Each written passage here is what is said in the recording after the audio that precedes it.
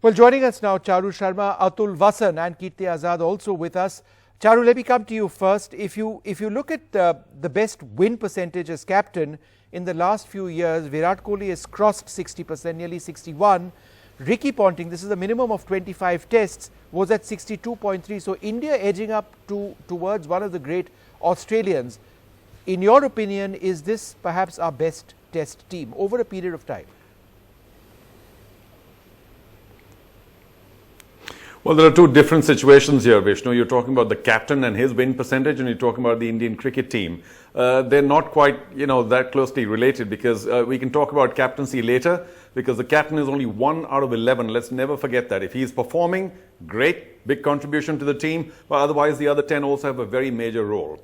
About whether this is the greatest ever Indian team or not, well, I think more importantly right now is, were we playing the worst ever South African team? I take nothing away. Let's not be churlish. India did very well, in every possible department.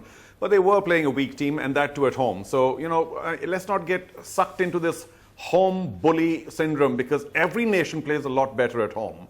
When we start beating Australia in Australia consistently, which we did last time, and therefore, of course, this is a very good team, did something historic, never done before. When we beat England in England regularly, and of course now South Africa may be less of a threat, then we can talk about this being the best ever test team. But at home, many teams have won many series over many decades. So let's calm down a bit.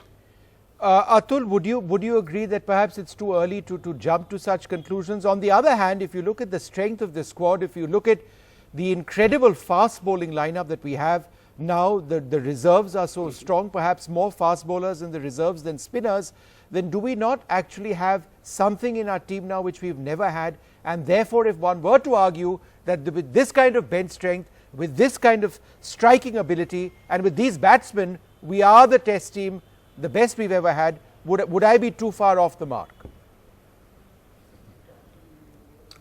Well, potentially yes, and I have to concede that we are the bullies of the world at this point. But you take about a year out of this, and we were still number one in test matches. But would anybody believe in the world that we are number one? Everybody knows what Charu just said, that we have to win consistently. One swallow does not make a summer. We just won series, but unless we keep on doing it over and over again, we'll never be rated as the Clive Lloyd side, or Ricky Ponting side, or Mark Waugh's side, Taylor side. Who's the winningest captain in the world ever in the history? Is Graham. Did we ever say that South Africa is the best team over a period of time? No. So this record of winning test matches does not cut it for me. And on the flip side, one of the best captains which the game has seen, as said by pundits, has been Mike Brearley. He just won 18 matches out of his 39 matches, but he's still considered one of the best captains. So, just the numbers of 50 matches won and all doesn't mean anything if you're not doing it all over the world consistently. So, there's still a lot of way before we get to the stage. Yes, the ingredients are there. You mentioned the bench strength, the fast bowlers. How far we can take this and dominate world cricket as West Indians did for 20 years or Australians did, well, that remains to be seen. Okay. Kirti, 3-0 win against South Africa, overwhelming victory. Where would you place this Indian test team?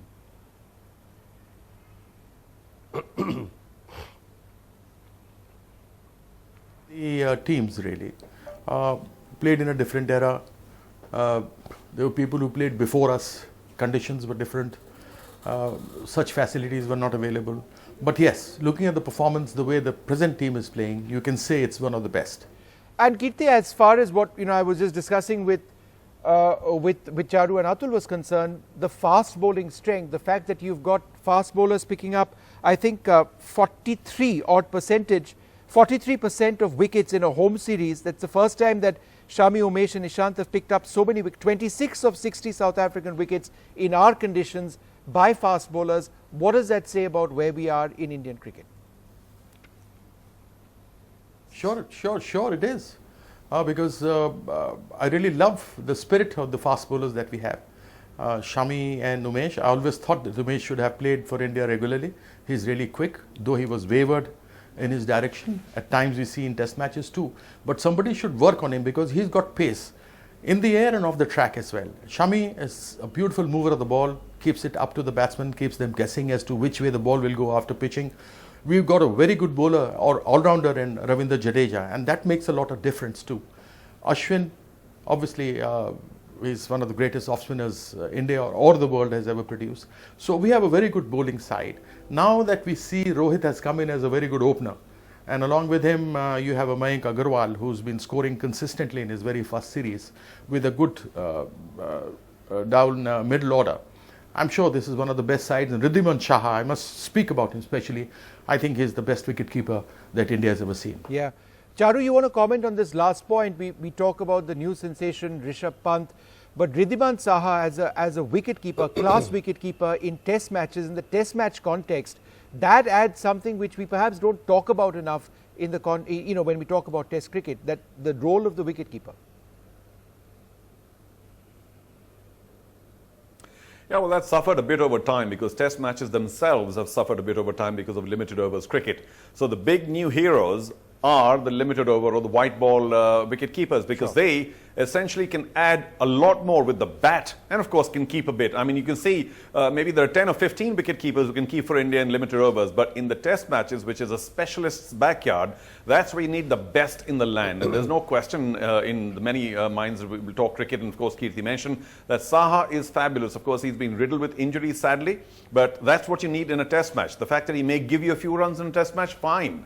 But I think a lot of the fans, as it were, or the, let's talk about the public, are maybe a little more influenced by the swashbuckling run-getting of the wicket keepers rather than pure keeping skills. And Saha has once again shown, particularly down the leg side, some brilliant takes, and of course little edges on spinners as well, that what we really need to once again appreciate is true wicket-keeping skills and not look for extra runs. That's a batsman's job. Every once in a while, of course, all-rounders as well. Atul, last question to you. I mean, this program would be utterly incomplete if we didn't speak about Rohit Sharma, his remarkable run this time around. Has he finally realized the potential which he's achieved in one-day cricket, but not thus far in test match cricket? Has he conquered that last sort of battle? Perhaps it was in his mind more than anything else. No, really, he always got runs in India, and he's a bully on these tracks you saw. And one shot actually I can rest my case on is that when he got to his 200, he pulled the fast bowler off the front foot. But again, in South Africa or Australia, the ball even at 142 will come 6 inches higher, and you can just sky it easily. So you've got to cross that barrier where you have to adjust to the game. I mean, fast bowling, nobody is bothered about 140, 145 now, as long as the track is good. It's only 150 plus that you can really bully or hustle the batsman. So you got to realize, so with the skill set which Indians always had, we lacked the 5 yards of pace, and Shami has got that extra 5 yards with the same skill set. Now Bumrah is a freakish gift from God. He's got that skill set, that talent. So India's attack is looking complete. And now if India doesn't go to Australia and South Africa and win more, I would be very disappointed. All right. Well, gentlemen, I'd like to thank all of you very much for joining us.